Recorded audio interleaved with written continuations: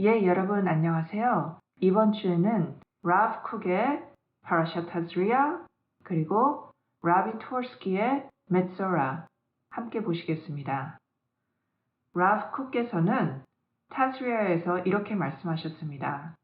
토라는 여러 종류의 투마아, 이 의식적 불순물에 대해서 이야기하는데 가장 눈에 띄는 것은 납병과 비슷한 피부병인 사라앗입니다.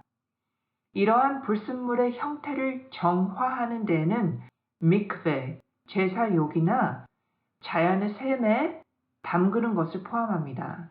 그러나 담그는 것만으로는 충분하지 않으며 또 그리고 입수한 후에도 사람은 저녁이 될 때까지 불순물을 유지합니다.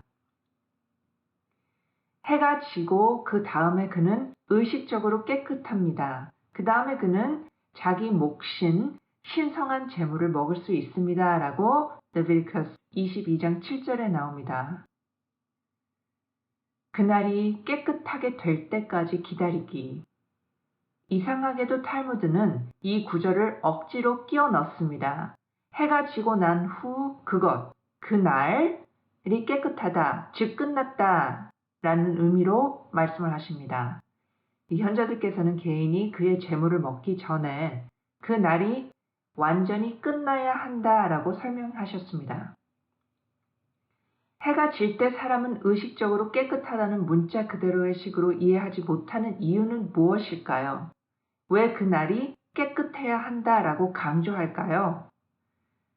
마이모니데스는 Guide for the Perplexed, 곤혹스러운 자들을 위한 안내서에서 각기 다른 형태의 투마아는 다양한 결함이 있는 이 성격의 특성, 잘못된 믿음, 불순한 행위에 해당한다라고 밝히셨습니다.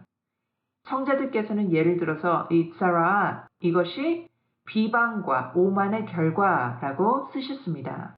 그렇다면 정화의 다양한 단계, 즉 샘이나 mikve에 담그고 밤까지 기다렸다가 재물을 가져오는 이 단계가 이러한 결함을 바로잡는 것과 관련이 있을 것이다 라는 것은 논리적인 사고입니다. 라브 쿡의 순결 의식으로 돌아가다. 수리해야 할 두 가지 측면. 탈무드는 하루를 정화하는 것과 개인을 정화하는 것의 두 단계의 정화를 말합니다. 이 둘 사이의 차이점은 무엇입니까? 우리의 삶의 목표는 영적으로 성장하고 창조주와 더 가까워지는 것이어야 합니다. 우리가 죄를 지을 때 우리는 우리의 전체적인 목표에서 벗어납니다. 우리는 또한 영적인 성장을 위해 사용될 수 있는 시간을 잘못 사용했습니다. 완전한 삶이란 모든 날들이 자신의 주요 목표를 위해 사용된 삶입니다. 토라가 우리에게 말하는 아브라함은 바야밈, 낮에 잘 진보했다. 창세기 24장 1절 말씀입니다. 그의 날들과 세월들은 가득 채워지고 완전했으며 완전히 정신적인 추구에 몰두했습니다. 우리가 영적인 열망에서 벗어날 때 우리는 원래의 길로 돌아가기 위해 두 가지 뚜렷한 노력을 해야 합니다. 만약 내가 친구를 화나게 한다면 먼저 나의 상처 주는 행동을 바로잡아야 할 것입니다. 하지만 그것만으로는 우정을 예전 상태로 되돌리기에는 충분하지 않을 것입니다. 내가 우정과 애정의 끈을 다시 세우기 위해 추가적인 노력을 할 때까지 그 관계는 깨지기 쉬운 상태로 남아있을 것입니다. 첫 번째 단계, 잘못된 행동이나 결함이 있는 성격 특성을 바로잡는 것은 물에 담그는 정화작용과 유사합니다. 우리는 부정적인 특성과 결함이 있는 행동을 뒤로하고 mikve에 몰입합니다. 우리가 영적인 회복에 몰두하면서 시간의 차원을 그것의 본래의 순수함으로 회복시킵니다. 그 날은 죄로 잃지 않았습니다. 해가 지면서 우리는 새로운 하루와 새로운 시작을 시작합니다. 이것은 정화의 첫 번째 단계입니다. 현재들이 테할 요마라고 부르는 것입니다. 날이 정화되었습니다. 우리는 시간의 차원을 바로잡았습니다. 그러나 우리는 이전의 순수한 상태를 완전히 되찾지는 못했습니다. 우리는 여전히 예전의 창조주와의 친밀함을 회복할 필요가 있습니다. 이는 정죄의 최종 단계를 통해 달성됩니다. 그는 신성한 재물을 먹을 수 있습니다. 창조주와 친해지고자 하는 새로운 소망을 가지고 재물을 바칩니다. 이 재물은 콜반이라고 부르는 이 재물은 루트 단어가 카라브, 가까이라는 단어가 됩니다. 이것은 경외와 사랑으로 우리의 창조주께 가까이 다가갈 수 있게 해줍니다. 이 시점에서 우리는 창조주와의 관계를 회복합니다. 시간의 요소가 바로잡혔을 뿐만 아니라 우리는 깨끗해지고 새로워졌습니다. 이것은 개인이 완전히 정화되고 그의 실수가 장점으로 바뀌는 테알 가브라의 레벨입니다. 파라샷 메소라입니다. 메소라가 무엇일까요? 우리가 기존에 알고 있던 납병이나 문둥병이 정말 메소라일까요? 라비 투얼스크의 말씀을 통해서 놀라운 사실을 같이 한번 들어보시기 바랍니다. 레비디크스 14장 2절에 나오는 말씀에 의거하면 이것은 그가 피부가 희게 되는 병으로부터 그의 깨끗함을 선언을 받는 날에 대한 법이 될 것입니다. 그를 제사장에게 데려올 것입니다. 라고 나옵니다. 현자들께서는 메솔, 이 피부병이라는 단어를 모찌라, 악을 내놓는다와 연관시키며 사랏, 피부병의 역병이 악담에 대한 형벌로 온다라고 설명하십니다. 이는 다음과 같이 설명할 수 있습니다. 처음에 하심께서 천지를 창조하셨습니다. 현자들께서는 이 말씀을 세상은 이스라엘과 토라를 위하여 창조되었다라는 뜻으로 설명하십니다. 이것은 이스라엘이 세상이 존재하게 된 것은 그들을 위해서였기 때문에 하심 앞에서 매우 높이 평가되고 있다는 것을 의미합니다. 이스라엘의 침략자들도 성류와 같은 선행으로 가득 차 있다라고 에루빈 19a에서 하시는 말씀처럼 하심께서는 모든 유대인들, 심지어 가장 사악한 사람들에게 큰 기쁨을 얻으십니다.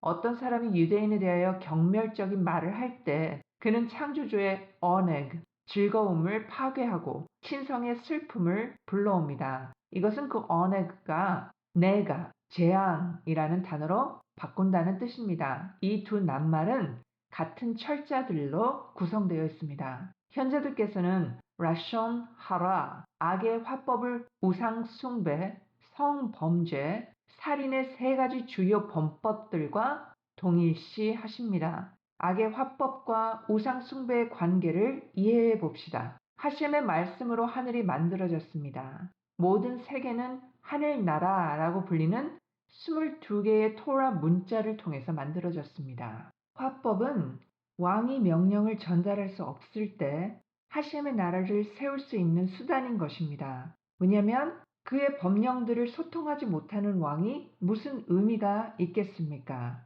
오직 화법을 통해서만 왕의 뜻이 드러나고 신하들에게 그 뜻을 어떻게 수행해야 하는지 알려줄 수 있게 됩니다. 이제 아버지가 자기 아들을 헐뜯지 않듯이 하심께서는 결코 자기 백성에게 라숀 하라를 말씀하지 않으십니다. 어떤 사람이 자기 동료 유대인에게 라숀 하라를 말할 때 그는 사실상 그 말이 하셴의 나라를 나타낸다는 것을 부인하는 우상 숭배자에 비유할 수 있습니다. 다비드 왕께서 누가 우리의 혀를 강하게 만들 것이며 우리의 주인인 우리의 입술이 우리와 함께 할 것이다 라는 시편 12장 5절에 9절에서 말씀하시는 바와 같습니다. 말을 남용하는 사람들은 그들의 입에서 발견되는 하심의 통달의 힘을 부정합니다. 우리는 사람의 말이 하심의 왕권을 전달하는 수단이라고 믿습니다. 현자들께서 누가 나를 다스리는가요? 의로운 자입니다. 라고 모에드 카탄 77b에서 말씀하시고 계십니다. 이것은 의로운 사람이 말하는 토라의 말을 통해 자신을 토라의 글자와 일치시키고 천국을 지킨다라는 것을 의미합니다. 탈무드는 견해의 차이를 인용해서 한 현자는 비방하는 자는 치료할 방법이 없다라고 주장하고 다른 현자는 그에게 토라를 공부시키라라고 지시합니다. 그러나 두 견해는 살아계시는 하셴의 견해입니다.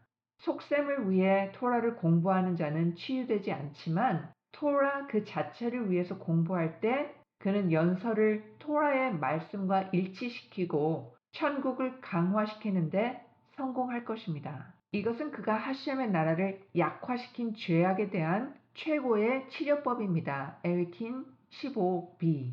이것이 레위기쿠스 13장 18절 9절에 나오는 이것이 피부병의 토라입니다. 라는 것의 의미입니다. 이 말은 토라에 대한 올바른 공부를 통해 мет소라가 정화를 찾고 자신의 얼력을 높일 수 있도록 하여서 조알께서 말씀하시는 이것이라고 부르는 하늘의 왕국과 연합하게 된다는 뜻입니다. 그러면 그를 제사장에게 데려올 것이다 라는 말씀이 성립됩니다. 제사장은 거룩하신 분, 축복받으신 분을 일컫습니다.